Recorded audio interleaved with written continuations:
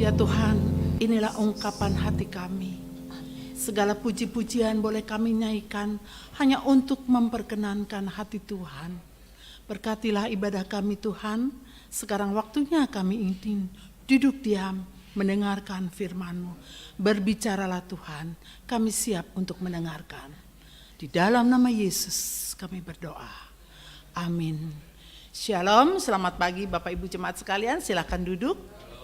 Tuhan memberkati.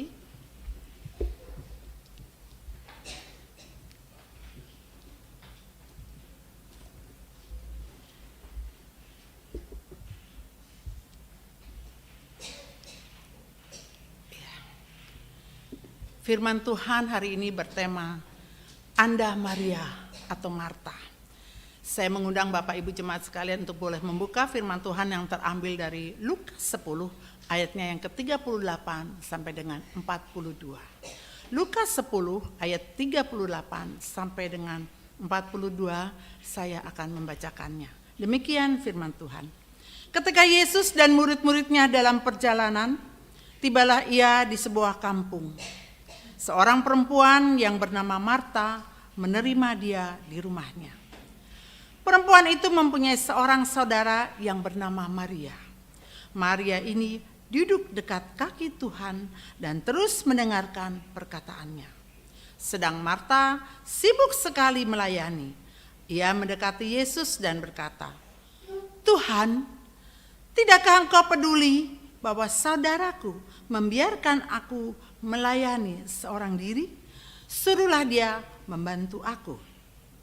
Tetapi Tuhan menjawabnya, "Marta, Marta, engkau khawatir dan menyusahkan diri dengan banyak perkara. Tetapi hanya satu saja yang perlu. Maria telah memilih bagian yang terbaik, yang tidak akan diambil daripadanya." Demikian firman Tuhan. Berbahagialah kita yang bukan saja mendengarkan dan membacanya, tapi kita dapat memperlakukannya dalam kehidupan kita hari lepas hari. Sidang jemaat sekalian, Bapak Ibu yang terkasih, kisah Marta dan Maria ini sepertinya selalu menimbulkan masalah. Setiap kali kita mendengarkan bagian cerita ini, banyak orang bertanya-tanya, cerita ini Marta salah enggak ya? Tentu saja tidak, itu jawaban saya. Tentu saja tidak. Marta tidak salah, tetapi ada momen-momen yang penting yang terlewatkan oleh dia. Sama seperti yang kita alami dalam kehidupan kita hari lepas hari. Bapak Ibu jemaat sekalian, konsep melayani, hari ini kita akan belajar tentang pelayanan ya, melayani. Konsep melayani yang kita pedomani dalam kehidupan hari-hari lepas hari dan belakangan ini yang sudah kita lakukan, mungkin dari firman ini kita dapat mengevaluasi diri kita. Apakah kita sudah melayani Tuhan dengan sungguh-sungguh atau kita menjalankan pelayanan ini hanya asal aja? Maksudnya asal ada arahan, ya, asal ada tujuan yang kita inginkan. Sudah pasti. Ada banyak sekali orang yang saat ini mungkin ya pura-pura melayani. Pura-pura melayani hanya untuk mendapatkan sesuatu dari kehidupan kita. Sesuatu mungkin kita mengharapkan apresiasi dari orang, mungkin kita mengharapkan tepuk tangan dari orang, atau mungkin kita ingin mengharapkan yang lainnya, elu-eluan dari orang. Konsep melayani yang disampaikan dalam Lukas 10 ini ayat yang ke-38 sampai 42 ini mungkin perlu kita renungkan kembali, perlu kita lihat kembali. Marta dalam kisah ini disebutkan ia sibuk sekali melayani. Ia melayani sedemikian rupa sehingga tidak bisa melihat pentingnya apa yang dilakukan oleh Maria. Biasanya kaum ibu ini ya, kalau ada tamu pasti sibuk. Ada tamu, apalagi tamu yang khusus ya, sibuk di rumah. Biasanya sibuk apa? Bebenah rumah. biar kelihatan lebih sedikit kinclong begitu. Atau juga mungkin masak. biasanya ya, masak masakan. Wah, karena ingin menyambut tamu sedemikian. Saya mau tanya, salah enggak? Salah enggak? Enggak salah. Saya mau main ke rumah Bu Lili. Saya bilang, Bu Lili, besok sore saya datang ya, sekeluarga mau main ke rumah Ibu. Wah, Bu Lili kemudian masak. Dia masak masakan khas Manado. Waduh, ada macam-macam. Kira-kira saya senang enggak? Oh, senang banget. Dijamu dengan makanan, saya senang sekali.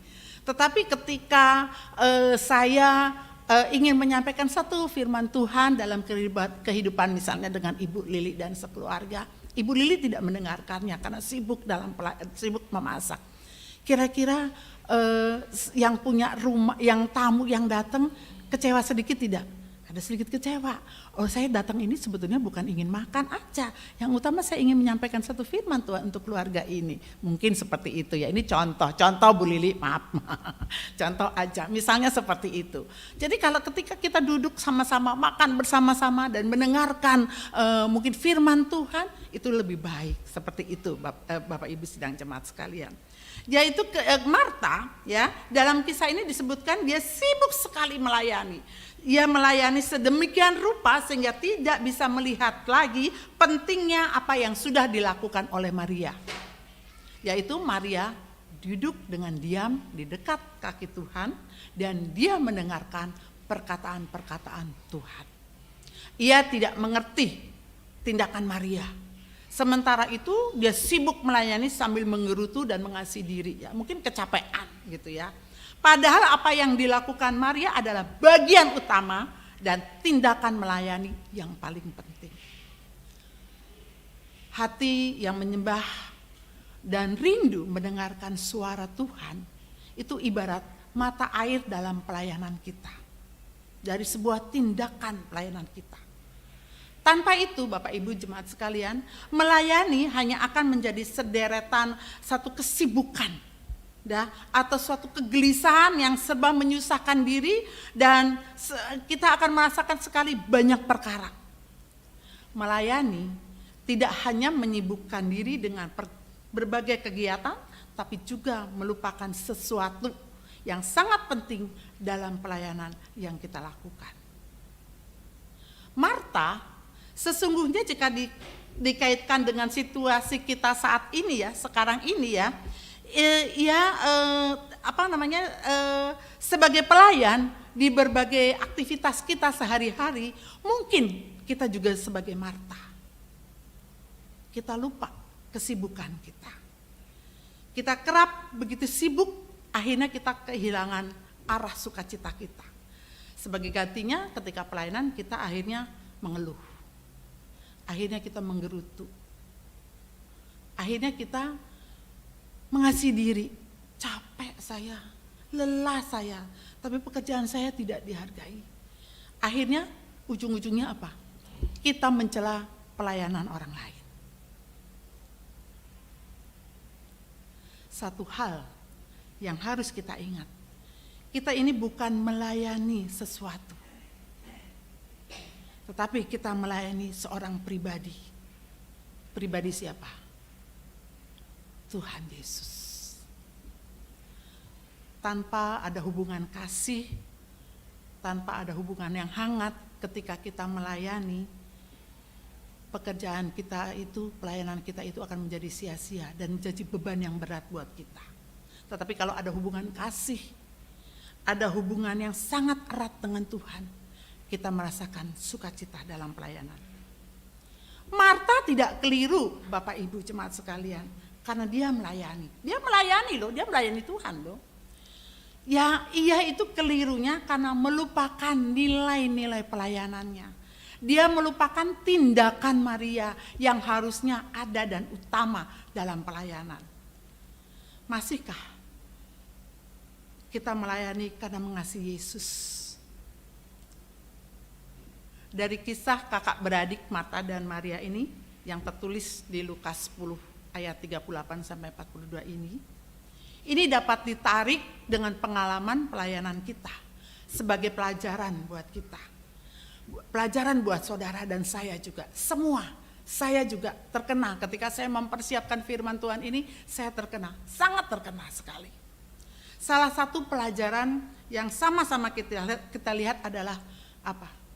Kesibukan kita. Beberapa waktu yang lalu kalau saya sudah diberi kesempatan sama Pak Yopi untuk boleh naik mimbar, ada rasa bangga. Ada rasa puas diri. Bisa menyelesaikan kuliah dengan baik, rasa bangga dan diberi kesempatan. Itu kebanggaan saya. Dan saya lupa, semua itu Tuhan berikan untuk pelayanan, untuk melayani Dia. Ketika sampai pada titik ini, sebetulnya saya benar-benar gak kuasa ya. Oh Tuhan, pelayanan kita selama ini, pelayanan saya selama ini, sungguh tidak masuk akal dalam diri saya. Hari itu saya mempersiapkan diri, kemarin ya kebetulan saya di Cibubur, di atas saya bilang sama Pak Yopi ya, saya mau di atas. Wah enak juga ternyata di atas Bu Lili Bu Rita ya, benar adem, nggak pakai AC, adem ya. Saya di situ persiapkan diri dan saya merenungkan firman ini, bukan buat firman hari ini, tapi justru firman itu pedang bermata dua ya, kena ke saya kena sekali. Sebetulnya hari ini pelajaran yang terbaik buat kita adalah pelayanan. Melayani, itu juga buat semua. Kita semua melayani, kita semua anak-anak Tuhan. Engkau melayani di mana? Sekolah minggu kah? Engkau melayani di pemuda remaja kah? Engkau melayani di mimbar kah? Pelayanan musik kah? Atau lainnya? Semua pelayanan yang Tuhan berikan itu adalah talenta yang sungguh terbaik buat Tuhan yang diberikan kepada kita dalam pelayanan. Dari kisah ini kita dapat menarik satu pelajaran. Baik Marta dan Maria sama-sama memiliki fokus. Ingat ya, sama-sama memiliki fokus. Fokus ke arah siapa? Ke arah Tuhan, ke arah Kristus.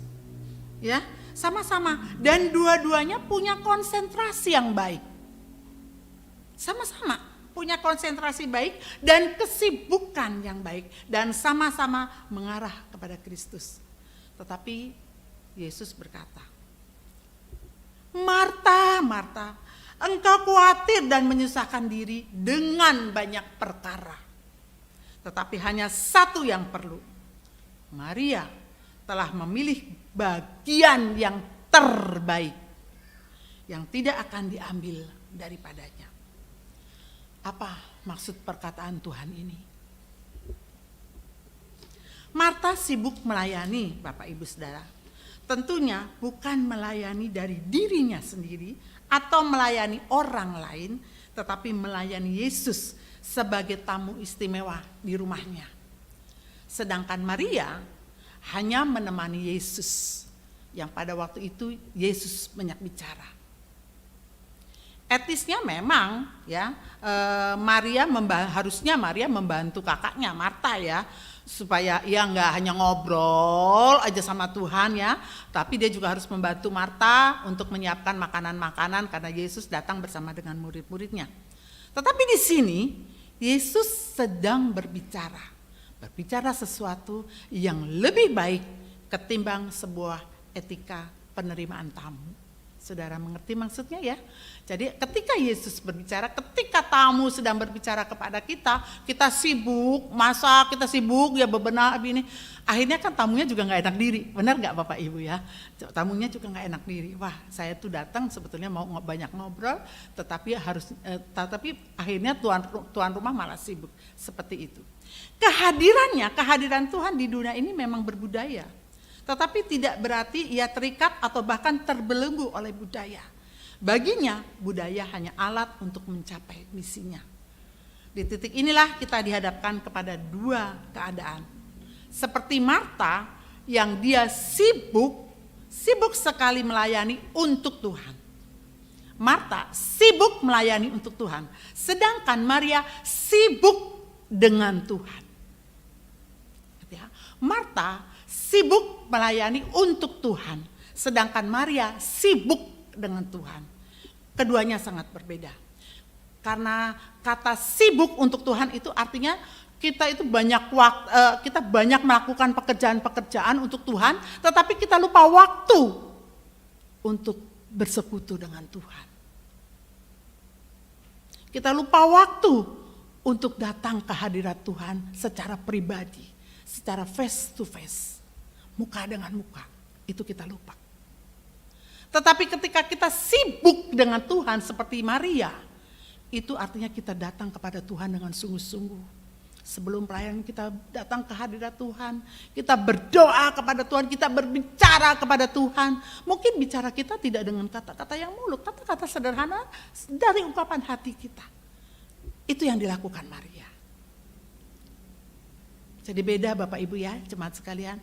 Sibuk untuk Tuhan, artinya kita sibuk melayani, kita sibuk, oh besok kita latihan ya, oh besok kita akan performance ya, oh ya kita akan begini ya, kita akan begitu ya. Tetapi kita lupa untuk bersama-sama berdoa kepada Tuhan.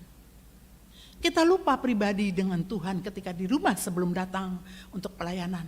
Kita tidak berdoa dulu, kita tidak bersekutu dulu dengan Tuhan. Tetapi ketika kita sibuk dengan Tuhan, justru disitulah kita datang bersama Tuhan. Kita ungkapkan hati kita kepada Tuhan. Kita siapkan hati kita kepada Tuhan dengan sungguh-sungguh.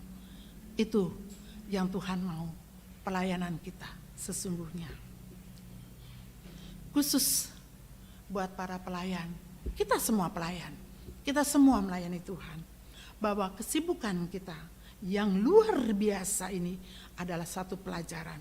Bagaimana kita dapat mengerjakan pekerjaan Tuhan, tidak sama artinya bahwa kita sedang sibuk dengan Tuhan. Kita sibuk untuk Tuhan. Hari ini kita mau belajar, siapakah kita? Kita sudah sibuk untuk Tuhan? Atau kita sibuk dengan Tuhan? Tetapi sebenarnya semuanya sama-sama sibuk untuk Tuhan. Saya pun ternyata sudah sibuk untuk Tuhan, bukan sibuk dengan Tuhan. Terlalu sibuk melayani. Maria adalah cerminan dari orang percaya yang tahu mengambil sikap dan merespon kedatangan Tuhan dengan mengambil bagian untuk sibuk dengan Tuhan. Dia hadir dengan sungguh-sungguh di hadirat Tuhan, duduk dekat kaki Tuhan dan terus mendengarkan perkataan-perkataan Tuhan. Ini adalah sikap yang paling baik yang Tuhan berkenan dan Tuhan inginkan dari kita.